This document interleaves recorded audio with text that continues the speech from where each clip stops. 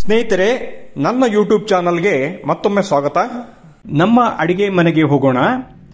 ಈಗ ಮಾವಿನಕಾಯಿ ಸಿಗುವ ಕಾಲ. ಇದರಿಂದ ಸುಲಭದಲ್ಲಿ ರುಚಿಕರ ಉಪ್ಪಿನಕಾಯಿ ದಿಢೀರ್ ಆಗಿ ಮನೆಯಲ್ಲೇ ತಯಾರಿಸುವುದನ್ನು ನೋಡೋಣ. ನಾವು ಮೀಡಿಯಂ ಗಾತ್ರದ 3 ಹುಳಿ ಮಾವಿನಕಾಯಿ ಬಳಸಿದ್ದೇವೆ.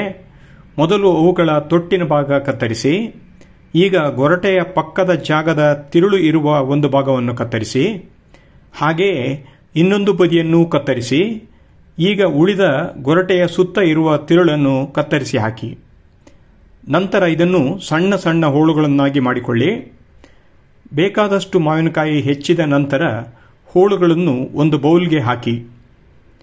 ಈಗ ಹರಳು ಉಪ್ಪನ್ನು ಬಾಂಡಲಿಗೆ ಹಾಕಿ ಸ್ವಲ್ಪ ಹುರಿದುಕೊಂಡರೆ ಅದರಲ್ಲಿನ ನೀರಿನ ಅಂಶ ಕಡಿಮೆಯಾಗುವುದು ಮತ್ತು ಉಪ್ಪಿನಕಾಯಿ ಹೆಚ್ಚು ದಿನ ಬಾಳಿಕೆ ಬರುವುದು.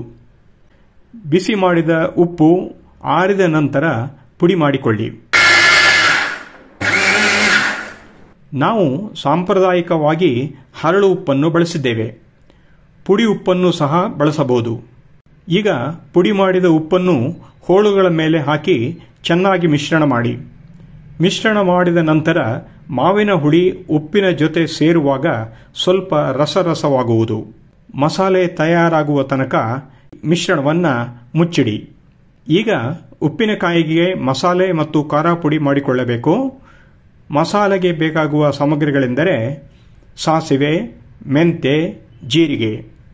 ಹಾಗೆಯೇ ಖಾರ ಪುಡಿ ಮಾಡಲು 20 ಬ್ಯಾಡಗಿ ಮೆಣಸು, 10 ಗುಂಟೂರು ಮೆಣಸು ತೆಗೆದಿಟ್ಟುಕೊಳ್ಳಿ. ಮಸಾಲೆ ಪುಡಿ ಮಾಡಲು ಬಾಣಲೆಯನ್ನು ಒಲೆಯ ಮೇಲೆ ಇಟ್ಟು ಬಾಣಲೆ ಸ್ವಲ್ಪ ಕಾದ ನಂತರ 1 ಚಮಚ ಮೆಂತೆ, 5 ಚಮಚ ಸಾಸಿವೆ, 3 ಚಮಚ ಜೀರಿಗೆ ಹಾಕಿ ಚೆನ್ನಾಗಿ ಹುರಿದುಕೊಳ್ಳಿ. ಹುರಿದ ಮಸಾಲೆ ಘಮ ಘಮ ಎನ್ನುತ್ತಿದ್ದ ಹಾಗೆ ಮಿಶ್ರಣವನ್ನು ಒಂದು ಪ್ಲೇಟ್ಗೆ ಹಾಕಿ ಆರಲು ಬಿಡಿ. ಈಗ ಇನ್ನೂ ಬಿಸಿ ಆರದ ಬಾಣಲೆಗೆ ಮೆಣಸಿನಕಾಯಿ ಹಾಕಿ ಗರಿ ಗರಿ ಮಾಡಿಕೊಳ್ಳಿ.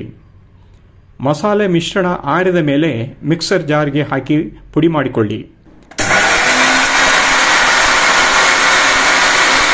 ಈಗ ತಾಜಾ ಮಸಾಲೆ ಪುಡಿ ರೆಡಿ. ಇದನ್ನು ಒಂದು ಬೌಲ್ಗೆ ಹಾಕಿಡಿ. ಈಗ ಗರಿಗರಿಯಾಗಿರುವ ಮೆಣಸಿನಕಾಯಿಯನ್ನು ಮಿಕ್ಸರ್ ಜಾರ್ಗೆ ಹಾಕಿ ಚೆನ್ನಾಗಿ ಪುಡಿ ಮಾಡಿ.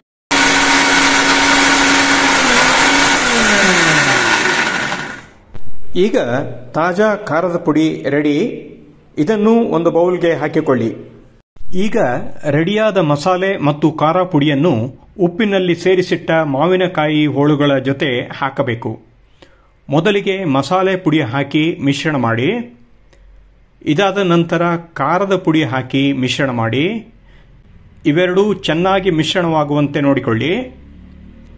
ಮಾವಿನ ಹುಳಿ, ಉಪ್ಪು, ಮಸಾಲೆ, ಖಾರ ಎಲ್ಲ ಚೆನ್ನಾಗಿ ಮಿಶ್ರಣವಾದ ನಂತರ ಮಾವಿನಕಾಯಿ ದಿಢೀರ್ ಉಪ್ಪಿನಕಾಯಿ ರೆಡಿ. ಇದಕ್ಕೆ ಒಂದು ಒಗ್ಗರಣೆ ಕೊಟ್ಟರೆ ಬಲು ರುಚಿ. ಒಗ್ಗರಣೆಗೆ ಬಾಣಲೆ ಇಟ್ಟು 4 ಚಮಚ ಎಣ್ಣೆ ಹಾಕಿ.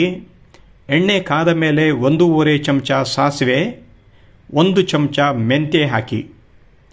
ಒಗ್ಗರಣೆ ಚಟಪಟ ಗುಟ್ಟಿದ ನಂತರ ಗ್ಯಾಸ್ ಆಫ್ ಮಾಡಿ. ನಂತರ ಸ್ವಲ್ಪ ಇಂಗು ಮತ್ತು 1/4 ಚಮಚ ಅರಿಶಿಣ ಪುಡಿ ಹಾಕಿ. ಒಗ್ಗರಣೆ ತಣ್ಣಗೆ ಆಗಲು ಬಿಡಿ. ಈಗ ಆರಿದ ಒಗ್ಗರಣೆಯನ್ನು ಮಾವಿನಕಾಯಿ ಉಪ್ಪಿನಕಾಯಿ ಮೇಲೆ ಹಾಕಿ ನಂತರ ಒಗ್ಗರಣೆ ಮಿಶ್ರಣ ಮಾಡಿ.